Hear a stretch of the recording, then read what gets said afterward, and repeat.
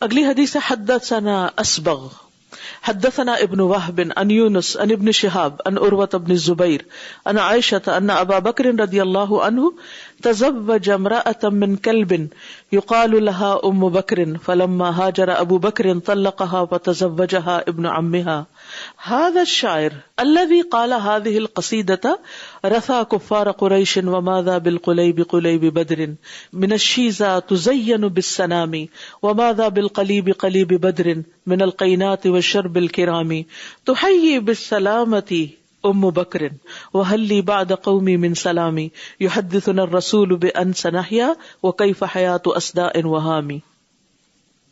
امام بخاری کہتے ہیں کہ ہم سے اسبغ نے بیان کیا. اسبغ جو ہیں اسبغ بن الفرج بن سعید بن نافع الاموی ہیں. یہ ایک بہت بڑے امام ہیں, مصر کے رہنے والے, مفتی ہیں. ان کی کنیت ابو عبداللہ ہے. اموی ان کو اس لیے کہا گیا کہ یہ بنو امیہ کے آزاد کردہ غلام تھے, اور ان کو مصری اور مالکی بھی کہا گیا کیونکہ امام مالک کی فقہ پر تھے. 150 ہجری کے بعد پیدا ہوئے. انہوں نے اس وقت علم حاصل کرنا شروع کیا جب یہ بڑی عمر کے نوجوان تھے, بڑے ہو کر. اسی لیے یہ مالک اور لیث سے براہ راست استفادہ نہیں کر سکے, لیکن بعد میں ان کی فقہ پڑھتے بھی رہے اور پڑھاتے بھی رہے. ابن معین نے ان کے بارے میں کہا کہ یہ امام مالک کی آراء کو اللہ کی مخلوق میں سب سے زیادہ جانتے تھے. ایک ایک مسئلہ جانتے تھے کہ امام مالک نے کب کہا اور اس بارے میں کس نے امام مالک کی مخالفت کی. یعنی اتنا گہرائی سے انہیں فقہ مالکی کا علم تھا. احمد بن عبداللہ کہتے ہیں کہ اسبغ ثقہ تھے اور سنت پر عمل کرنے والے. یہ ابن وہب کے شاگردوں میں سے سب سے زیادہ جلیل القدر تھے. ابو سعید بن یونس کہتے ہیں کہ یہ مسجد کے غلاموں کی اولاد میں سے ہیں. اب آپ ذرا دیکھیے کہ کون ہے اور کہاں پہنچے ہیں. مسجد کے غلاموں کی اولاد میں سے ہیں. بنو امیہ کے لوگ مسجد کے لیے غلام خریدتے تھے جو مسجد کی خدمت بجا لائے. یعنی مسجدیں بہت بڑی بڑی اس زمانے میں بننا شروع ہو گئی تھی. خصوصاً اگر آپ کو سیریا جانے کا اتفاق ہوا تو ڈماسکس میں بنو امیہ کی مسجد جو ہے بہت بڑی مسجد ہے. مجھے وہاں اس کو وزٹ کرنے کا موقع ملا ہے. تو اب اتنی بڑی مسجدیں, یعنی کہ حرم کی مسجد آپ دیکھیں, مسجد الحرام جو ہے, تو کسی ایک دو انسان کے تو بس کی بات نہیں کہ اس کی صفائی کرے. تو ابھی آج کے دور میں آپ دیکھیں پوری دنیا سے مختلف علاقوں سے جو اچھے محنتی کام کرنے والے ہائر کر کے تو وہ دن رات صفائی کرے. پچھلے سال کی بات ہے, کوئی مجھے بتا رہا تھا کہ اس سال رمضان میں 10,000 لوگ مسجد کی صفائی پر متعین ہیں. 10,000 10,000 پیپل, کیونکہ 24 آور لگے ہوئے ہوتے ہیں. تو شفٹس ہوتی ہیں, اگر 8-8 گھنٹے کی بھی شفٹ ہو اور اتنے بڑے ایریا میں تو 10,000 کی سمجھ میں آتی ہے. تو بنو امیہ جو تھے وہ مسجد کے لیے لوگوں کو ایک طرح سے ہائر کر لیتے تھے. تو یہ ان کی اولاد میں سے تھے جو مسجد کی خدمت بجا لاتے. اب آپ دیکھیے کہ جو شخص مسجد میں رہتا ہو اور وہ دیکھتا ہو یہاں حلقات ہو رہے ہیں اور لوگ پڑھ رہے ہیں, پڑھا رہے ہیں, تو شروع میں تو ہو سکتا ہے کہ وہ صفائی وغیرہ کا کام ہی کرتے ہوں, لیکن اس کے بعد دیکھتے دیکھتے ان کو علم کا شوق ہوا اور جب بڑی عمر میں پہنچے تو انہوں نے علم حاصل کرنا شروع کر دیا. اور یہ 225 ہجری کو فوت ہوئے. ابو نصر فقیہ کہتے ہیں میں نے مزنی اور ربیع دونوں سے سنا, کہہ رہے تھے کہ ہم امام شافعی کے پاس آنے سے پہلے اسبغ کے پاس جاتے. لیول ہوتا ہے نا, پہلے ایک ٹیچر سے پڑھا, پھر اس سے بڑے سے, پھر اس سے بڑے سے, تو پہلے اسبغ کے پاس جاتے. تو ہم ان سے کہتے اللہ نے آپ کو جو علم دیا ہے اس میں سے ہمیں بھی سکھائیں. مطرف کہتے ہیں کہ اسبغ عبداللہ بن عبد حکم سے زیادہ فقیہ تھے. اصل میں کہنے کا مقصد یہ ہے کہ اس سے کوئی فرق نہیں پڑتا کہ آپ کہاں پیدا ہوئے ہو, آپ کس کی اولاد ہیں, آپ کو کیا ماحول ملا ہے. یہ سارا آپ کے اپنے اوپر ہے کہ آپ کو علم حاصل کرنے کا کتنا شوق ہے اور آپ کس چیز میں آگے جانا چاہتے ہیں. یہ حدیث تھوڑی سی دلچسپ سی ہے, عربوں کی شاعری کے بارے میں پتہ چلتا ہے اس میں. یاد رکھیے حضرت عمر کا ایک قول ہے کہ ان الشعر دیوان العرب, شاعری جو ہے وہ عربوں کی تاریخ ہے. دیوان کہتے ہیں رجسٹر کو, یعنی عربوں کے ڈاکیومنٹس ہیں, ان کی ہسٹری جس میں ہے. اگر آپ جاننا چاہتے ہیں کہ عربوں کا کلچر کیا تھا, عرب کون تھے, کیسے رہتے سہتے تھے, کیا کھاتے پیتے تھے, کیا ان کی عادات تھیں, تو اس کے لیے آپ کو پھر عربی شاعری پڑھنی چاہیے. اور جب آپ عربی شاعری پڑھتے ہیں پھر اس کے بعد قرآن پڑھتے ہیں تو ایک اور ہی طرح کا لطف آتا ہے, کیونکہ آپ الفاظ کو ان کے خاص کانٹیکسٹ میں سمجھ رہے ہوتے ہیں کہ انہوں نے اس کو کس طرح استعمال کیا. کیونکہ عرب جو تھے نبی صلی اللہ علیہ وسلم کی آمد سے پہلے شاعری میں بہت آگے تھے. ان کے ہاں نثر لکھنے کہنے والے بہت کم تھے, نہ ہونے کے برابر. کوئی بھی بات جو انہیں کنوے کرنی ہوتی تھی تو وہ شعر و شاعری بھی کیا کرتے تھے, اپنے جذبات کا اظہار یا دو قبیلوں کے درمیان کمیونیکیشن. اور عموماً شاعری میں یا قصائد ہوتے تھے اور یا پھر مرثیے وغیرہ ہوتے تھے, کسی کے مر جانے کے بعد اس کے بارے میں تعریفی کلمات یا اس کی پوری شخصیت کا تھا. جیسے ہمارے ہاں بھی لکھے جاتے ہیں, کوئی فوت ہو جاتا ہے پھر آرٹیکل پہ آرٹیکل آنے لگتے ہیں اور لوگ تبصرے کرنے لگتے ہیں, تو ان کے ہاں پھر شعر و شاعری میں باتیں ہوتی تھی. قرآن نے آ کر شاعروں کو لاجواب کر دیا تھا. تو بہرحال ہم دیکھتے ہیں یہاں پر کہ امام بخاری کہتے ہیں ہم سے اسبغ بن فرج نے بیان کیا, کہا ہم سے عبداللہ بن وہب نے, انہوں نے یونس سے, انہوں نے ابن شہاب سے, انہوں نے عروہ بن زبیر سے, انہوں نے حضرت عائشہ رضی اللہ تعالیٰ عنہ سے, ان ابا بکر رضی اللہ عنہ, کہ ابو بکر رضی اللہ عنہ نے تزوج امرأة من کلب, شادی کی تھی ایک عورت سے جو بنو کلب سے تھی, یقال لها ام بکر, جس کا نام ام بکر تھا. فلما ہاجر ابو بکر, تو جب ابو بکر نے ہجرت کی, طلقها, تو اس کو طلاق دے دی. کیوں؟ کیونکہ وہ ہجرت نہیں کرنا چاہتی تھی. اب یہ اور جگہ جا رہے ہیں, وہ وہاں رہنا چاہتی, وہ مسلمان نہیں تھی. اور ابتدا میں جیسے آپ کو معلوم ہے کہ کوئی ایسا قانون نہیں آیا تھا کہ مسلم نان مسلم کس سے شادی کرے کس سے نہیں, تو جو ان کے طور طریقے تھے اس کے مطابق ہی.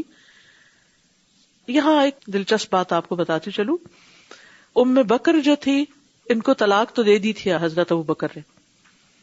کہا جاتا ہے کہ ابو بکر کی جو کنیت ہے وہ انہی کی وجہ سے پڑی تھی, کیونکہ ام بکر کا ایک بیٹا تھا یا بچہ تھا جس پر ام بکر کی کنیت تھی, بکر کی ماں. ٹھیک ہے, جو حضرت ابو بکر سے نہیں تھا. ٹھیک ہے, ابو بکر سے وہ بیٹا نہیں تھا, ام بکر کا وہ بیٹا تھا جس پر ام بکر کی کنیت تھی, اسی پر پھر ابو بکر کی کنیت ہوئی. رائٹ. اور جب طلاق دے دی, علیحدگی بھی ہوگی, تو حضرت ابو بکر کی کنیت اسی پر رہی, بلکہ ان کو اس سے زیادہ پہچانا جاتا ہے حضرت ابو بکر کو. پھر آپ دیکھیے کہ بکر ہے کیا, بکر کس کو کہتے ہیں؟ جوان پھرتیلے اونٹ کو, طاقتور اونٹ کو, جوان پھرتیلا اونٹ, کیمل. ٹھیک ہے, تو عرب مختلف جانوروں کے نام پر بھی نام رکھ لیا کرتے تھے. ٹھیک, جیسے ہمارے ہاں اسد نام رکھا جاتا ہے, تو اسد کیا ہوتا ہے؟ شیر. ٹھیک ہے نا. اسی طرح یہاں آپ دیکھیں بنو کلب, کلب کس کو کہتے ہیں؟ ڈاگ. تو بنو کلب کا کیا مطلب ہے؟ کتے کی اولاد نہیں. کتا ہمارا تو ایک گالی کی طرح استعمال ہوتا ہے نا, تو ان کے یہاں کتا گالی نہیں تھی, وہ ایک جانور ہی تھا جانوروں میں, جیسے شیر ہوتا ہے. تو ایسے ہی اصل میں وہ کلچر کے فرق سے چیزیں عجیب لگتی ہیں کہ یہ کیسے لوگ تھے, کیا نام رکھا ہوا. اب عثمان کا کیا معنی ہے؟ عثمان اژدہا, سانپ, بڑا سانپ نہیں ہوتا. تو اب ہمارے یہاں کوئی سانپ سنیک نام رکھے گا؟ ہم تو نہیں رکھتے سانپ نام, لیکن عربوں کے ہاں ایسے جانوروں کے نام پہ نام رکھنا کوئی بری بات نہیں تھی.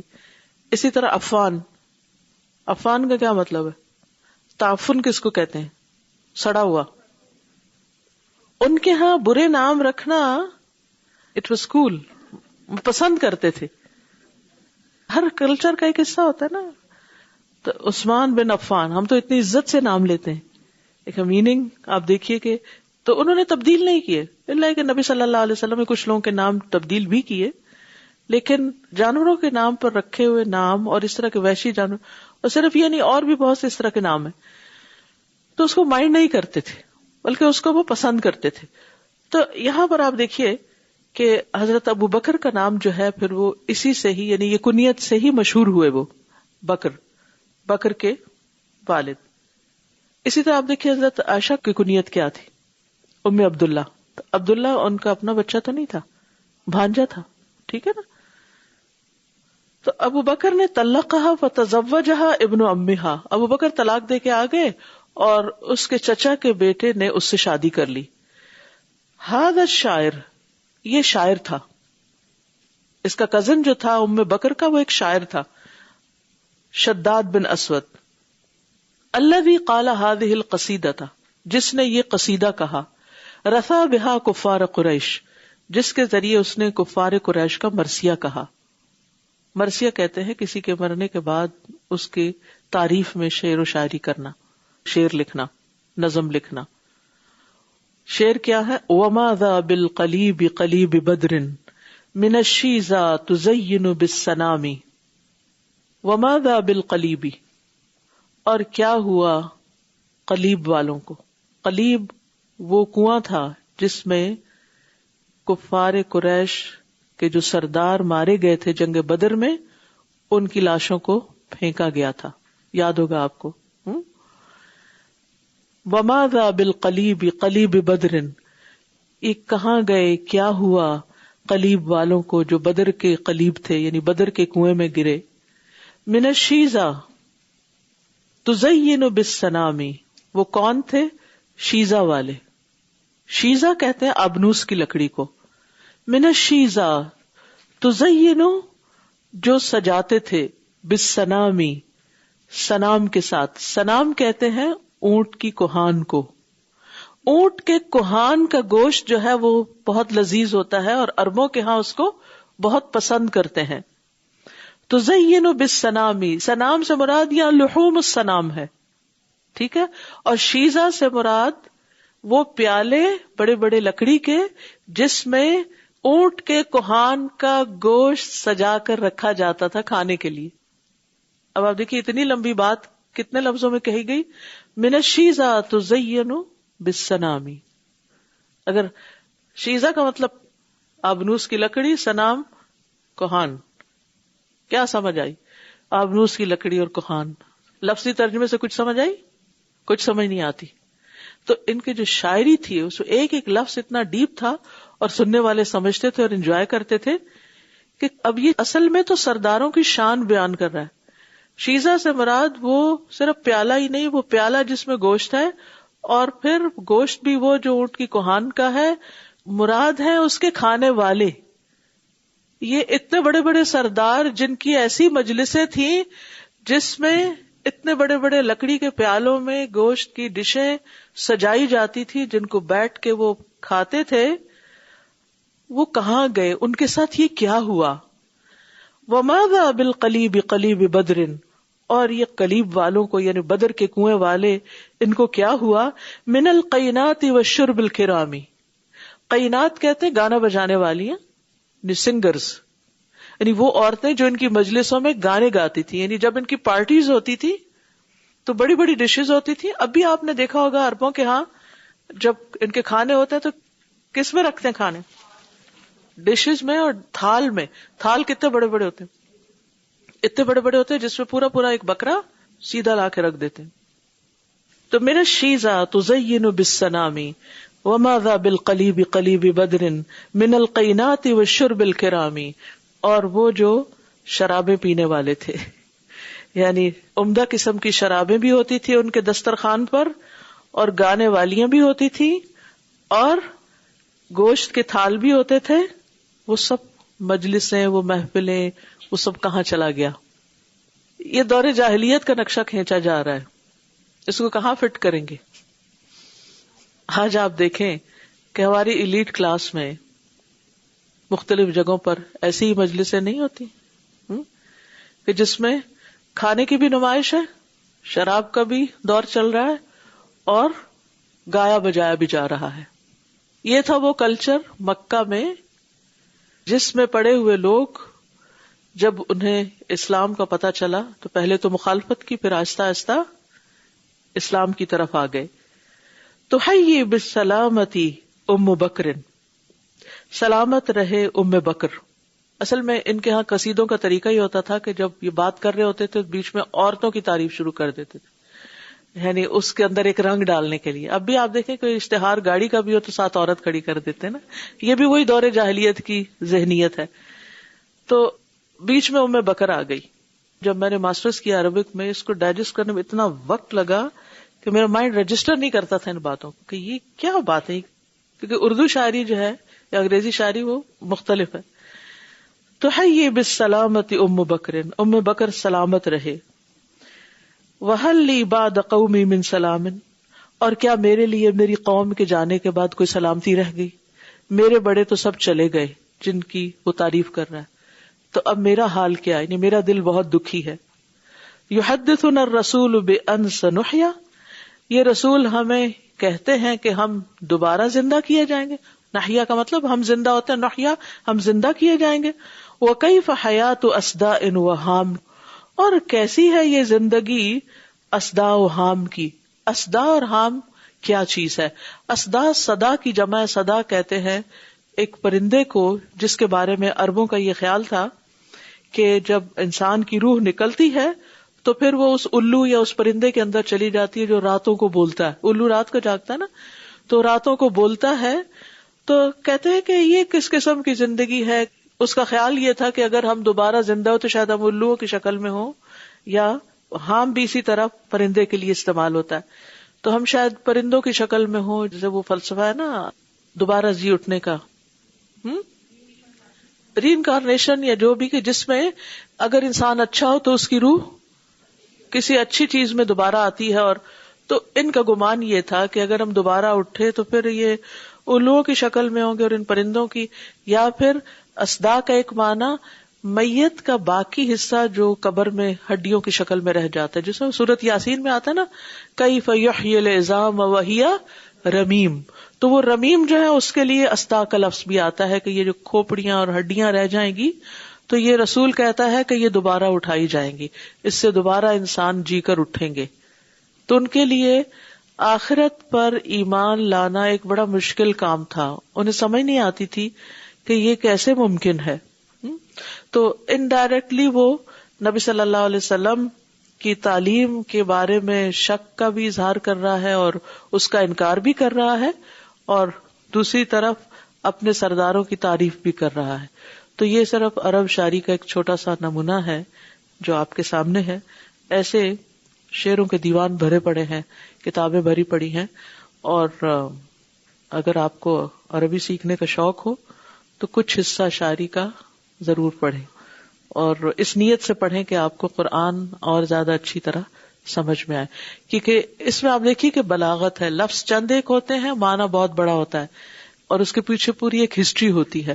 وہ اگر سمجھ میں آ جائے تو جب قرآن میں وہی الفاظ آتے ہیں تو ایک دم انسان کا ذہن براڈ ہو جاتا ہے. ٹھیک ہے. وہ حامت یعنی کہ یہ جو پتنگے وغیرہ ہوتے ہیں، پرندے پتنگے، یعنی کہ ہم اس شکل میں دوبارہ اٹھائے جائیں گے. کہنے کا مطلب یہ ہے کہ دوبارہ اٹھنا اور جینا اور یہ سب کچھ جو ہے یہ دور کی باتیں ہیں، پاسبل نہیں ہے. شعر و شاعری کے بارے میں اسلام کا نقطہ نظر یہ ہے کہ جیسے امام شافعی کہتے ہیں کہ شعر تو ایک کلام ہے، بولنے کا ایک طریقہ ہے، تو اٹ سیلف یہ کوئی بری چیز نہیں ہے. اچھے شعر اچھے کلام کی طرح ہے، قولوا للناس حسنا، اور برے شعر برے کلام کی طرح ہے. اور بعض شعروں میں حکمت بھی ہوتی ہے. رسول اللہ صلی اللہ علیہ وسلم نے فرمایا ان من الشعر حکمتن، کچھ اشعار بہت حکمت سے بھرے ہوتے ہیں، یعنی ان کو پڑھنے میں استعمال کرنے میں کوئی حرج نہیں. قرآن مجید میں سورۃ الشعراء بھی آئی ہے، اور اس میں ان شاعروں کے بارے میں بات کی گئی ہے کہ جو فضول قسم کی شعر و شاعری کرتے ہیں. نبی صلی اللہ علیہ وسلم نے بھی کبھی کبھار کچھ شاعروں کے شعر کوٹ کیے، جیسے عبداللہ بن رواحہ کے، لیکن عموماً آپ شعر نہیں پڑھا کرتے تھے اور سنتے تھے کبھی کبھی. جیسے عبداللہ بن رواحہ کے شعر آپ نے سنے اور سنتے چلے گئے. ایسی شاعری کی ممانعت ہے جس سے دین کا نقصان ہو. ابو سعید کہتے ہیں کہ ایک بار ہم رسول اللہ صلی اللہ علیہ وسلم کے ساتھ ارج کے علاقے میں جا رہے تھے. ایک شاعر شعر پڑھتا ہوا سامنے سے گزرا تو آپ نے فرمایا اس شیطان کو پکڑو، اس کو روکو. یعنی اس قسم کی شعر و شاعری نہ کی جائے. انسان کے پیٹ کا پیپ سے بھر جانا اس سے بہتر ہے کہ وہ شعر سے بھرے، یعنی اس قسم کی شاعری ہو. تو اس سے یہ پتہ چلتا ہے کہ ایسے سانگز جو میننگ لیس ہوں یا انسان کے اخلاق پر برے اثر ڈال رہے ہوں اس سے بچنا چاہیے. کیونکہ گانا جو ہے وہ بھی شعر و شاعری کی ایک قسم ہے. گانا انسان کے اندر نفاق پیدا کرتا ہے، یعنی منافقت جنم دیتا ہے، ایمان کو کم کرتا ہے. اور ایسے شعر و شاعری کا شوق کہ جو انسان کو اللہ کے ذکر، علم اور قرآن سے روک دے، وہ انتہائی ناپسندیدہ ہے. اب آپ کچھ کہنا چاہیں تو کہیے، پھر میں آگے چلوں گی. السلام علیکم. یہ آج جو ہم نے حدیث پڑھی ہے اس میں سب سے زیادہ جو ملتا ہے ہمیں صفائی کا ملتا ہے. پہلی حدیث میں بھی اور پھر دوسری میں بھی کہ بال ڈائی کرنے چاہیے، یعنی اپنے آپ کو صاف ستھرا رکھنا چاہیے مسلمان جو ہوتے ہیں، اور تیسرے میں بھی کہ مسجدوں میں بھی جو ہے وہ لوگ صفائی کرنے کا بیان ہو گیا. تو اس سے ہمیں پتہ چلتا ہے کہ صفائی بہت ضروری ہے. جیسے ہم پاکستان میں رہتے ہیں تو وہاں پہ جب گندگی کے ڈھیر دیکھتی ہوں تو مجھے بہت افسوس ہوتا ہے. اور ہمیں یہ چھوٹے چھوٹے کام تو ہم کر لیتے ہیں رائٹ ہینڈ سے کام کرنا، لیکن بہت بڑے لیول پہ ہمیں کام کرنا چاہیے کہ پاکستان میں یعنی کہ بتانا جی اوپر جا کے کہ یہ کیا ہو رہا ہے نا. ہم مسلمان جیسے عبد الرحیم گرین گئے تھے وہاں پہ تھے تو میں یہاں پہ تھی، لیکن مجھے یہ ہو رہا تھا کہ وہ جب جائیں گے ایئرپورٹ سے راستے میں اتنے بڑے ڈھیر دیکھیں تو کیا سوچیں گے کہ یہ مسلمان کتنا گند ہے ان کے ملک میں. تو ہمیں صفائی کے اوپر بہت زیادہ یعنی اس کے اوپر کرنا چاہیے. اصل میں ہر شخص اگر اپنی ذمہ داری بھی لے لینا اور اپنے آس پاس کی تو بہت کچھ تبدیلی ہو سکتی ہے. جی عربی کی پارٹی اس میں مختلف جو ان کے قصائد ہیں معلقات بھی ہیں، اور اس کے علاوہ اگر آپ ایک شعر بھی ٹائپ کریں گے نا یہ گوگل میں جا کے عربی میں تو آپ کو بے شمار پورے قصیدے نظر آ جائیں گے. جی no it's not with me, you need a teacher. السلام علیکم. وعلیکم السلام. جی یہ جو پاکستان میں قوالیاں وغیرہ ہوتی ہیں اس کے بارے میں استاذ آپ کا کیا خیال ہے؟ دیکھیے آج کی جو پوئٹری سے متعلق بات ہے اس میں ایک بات یاد رکھیے، یعنی پوئٹری کیا ہے. امام شافعی نے کہا کہ وہ شعر تو ایک کلام ہے، اور کلام اچھا بھی ہوتا ہے اور کلام برا بھی ہوتا ہے. ہم کسی بھی چیز کے بارے یہ نعت ہے تو نعت نو نعت نہیں پڑھنی چاہیے، نہیں ایسا نہیں کہہ سکتے. قوالی نو قوالی نہیں پڑھنی چاہیے، غزل نہیں غزل نہیں پڑھنی چاہیے، نہیں ایسے ہم نہیں حکم لگا سکتے. کسی بھی شعر میں یہ دیکھیں گے کہ اس کا مطلب کیا ہے، کہا کیا جا رہا ہے. ٹھیک ہے، اگر قوالی میں کوئی شرکیہ بات کہی جا رہی یا کوئی ایسی بات کہی جا رہی ہے جو حقیقت کے خلاف ہے نہ سننی چاہیے نہ پڑھنی چاہیے. اسی طرح اگر کوئی نعت ہے تو نعت میں بھی بعض اوقات بہت شرک کی باتیں ہوتی، اس کو بھی نہیں پڑھنا چاہیے. غزل ہے، غزل عموماً عشقیہ شاعری ہوتی ہے، تو کسی بھی غزل کو یہ کہہ کہ غزل ہے غزل نہیں. بعض اوقات اس میں بھی وہ عنصر بہت تھوڑا ہوتا ہے لیکن اس کے علاوہ بہت کچھ اچھا بھی ہو سکتا ہے. تو صرف ٹائٹل سے کسی چیز کو ریجیکٹ نہ کریں، یہ دیکھیں کہ اس کے اندر کیا کہا گیا ہے. رائٹ؟ ہاں بولیے. السلام علیکم. استاذہ جی آج کل جو ڈائز ہیں وہ بہت زیادہ ٹریٹڈ ہیں اور کیمیکلز بہت زیادہ ہیں. اور ایک بات میں بتانا چاہوں گی جس سے میں بہت ڈری، میں میت کو بہت سالوں سے نہ لاتی ہوں، تو ایک میت ایسی آئی اور اس میں شامل نہیں تھی، لیکن اس عورت کی ڈائی وہ ختم ہی نہ ہو، دھو کے ختم ہی نہ ہو، تو اتنا ڈر لگا. پھر ٹاول سے وائپ کر کے ان کو کفنا دیا. تب سے مجھے بہت ڈر لگا اور میں بالکل نہیں ڈائی کرتی. اور اس لیے ڈائز بھی مہندی کا ادھر اتنا گند ہو جاتا ہے، واش رومز ایسے ہیں، ڈرین بلاک ہو جاتی ہے، تو یہ بہت سے ایشوز ہیں، اس لیے میں ذرا اوائڈ کرتی ہوں. جی وہ ٹھیک ہے، اس میں ایسے نیچرل کلر بھی آتے ہیں جس میں آرگینک آتے ہیں، ڈپینڈ کرتا ہے کہ صحیح چیز آپ کو ملے. ہر علاقے کے اعتبار سے چیزیں ہوتی ہیں. Assalamu alaikum. I was thinking about the culture of the Arabs and how their names really have a different kind of meaning than what we would expect when we keep somebody's names. We want that to be a good name. But alhamdulillah, I was thinking also about the different nationalities and different people from different places that are here in Canada. So sometimes we don't react in a way that's friendly and civilized to the names or the culture or anything that they're doing different from us. So it's a lesson for us to accept them, and because we might have something that they are not aware of, and also not take this too far. If there's a difference of opinion or if there's something that somebody said and you didn't like, you don't know what their perspective of it is. So I think it teaches us a lesson to live together, to live together harmoniously. بالکل. اس سے آپ دیکھیے کہ نبی صلی اللہ علیہ وسلم نے اس کلچر کی ہر چیز نہیں تبدیل کی، ہر نام نہیں تبدیل کر دیا. اب صرف وہ تبدیل کیا جہاں کوئی چیز دین سے ٹکراتی تھی یا جو کوئی ناپسندیدہ چیز تھی، باقی چیزوں کو ایز اٹ از لیا. تو کسی بھی جگہ آپ رہتے ہیں وہاں کے جو طور طریقے ہیں اگر اس میں کوئی چیز دین کے خلاف نہیں تو بلا وجہ نہیں، چونکہ یہ اس قوم کا طریقہ ہے اس لیے ہم نہیں لے رہے، تو یہ باعث نہیں ہونے چاہیے. جی السلام علیکم. میں یہ بتانا چاہ رہی تھی کہ وہ آپ نے ابھی مہندی کی اور اس کی بات کی تھی نا، تو مطلب میرا اپنا تجربہ ہے کیونکہ میں ریسرچ کرتی رہتی تھی کہ بھئی ہربل چیزیں اور ڈاکٹروں کا معلوم کرتی تھی جب سے میں نے یہاں پڑھائی نہیں کی تھی. اب تو میں بھول بھی گئی ہوں اور چھوڑ بھی دیا میں نے. تو انہوں نے بتایا کہ جیسے گرین ٹی اور مہندی اور تھوڑی سی آدھا چمچہ جو آپ کی چائے کی پتی ہے بہت زبردست ہے بالوں کے لیے اور گرتے ہوئے بالوں کے لیے. یہ ڈال کے آپ ایک رات رکھ دیں اور جو بھی آپ دعا پڑھتی ہیں الحمد شریف یا جو لی لافی قرآن جو بھی دم کر کے لگا دیں. آپ یقین کریں نہ آپ کا واش روم خراب ہوگا، اتنا اچھا کلر آ جائے گا. کیونکہ میرے سائٹ کے 3 سال پہلے میری بیٹی کی شادی تھی تو یہاں کے بال سفید تھے اور میں نے اپٹن لڑکیوں کا رکھا تھا تو اس نے کہا نہیں مجھے یہ اچھا نہیں لگ رہا، اپنا اچھی نہیں لگ رہی تو آپ کلر کریں. تو پھر میں نے اس وقت کیا تھا، یقین کریں، اور اتنا 2 مہینے تک رہتا ہے، کوئی آپ کو خرچہ بھی نہیں اور کچھ ایچی نہیں. ماشاءاللہ ایسے چیزیں ہیں. اور گرین ٹی، چائے کی پتی اور 1 چمچ مہندی، جی کچھ بھی نہیں ہوگا. اچھا وہ پکی ہو جائے گی، یعنی وہ ہر وقت اترے گا بھی نہیں. ایک رات چھوڑ دیں ان کو آپ نے لگایا، گھر کا کام کیا. اوکے ہاں لیکن گڈ، کوشش کریں رات کے ٹائم میں کیونکہ رات میں سردی. صحیح، ٹھیک، شکریہ.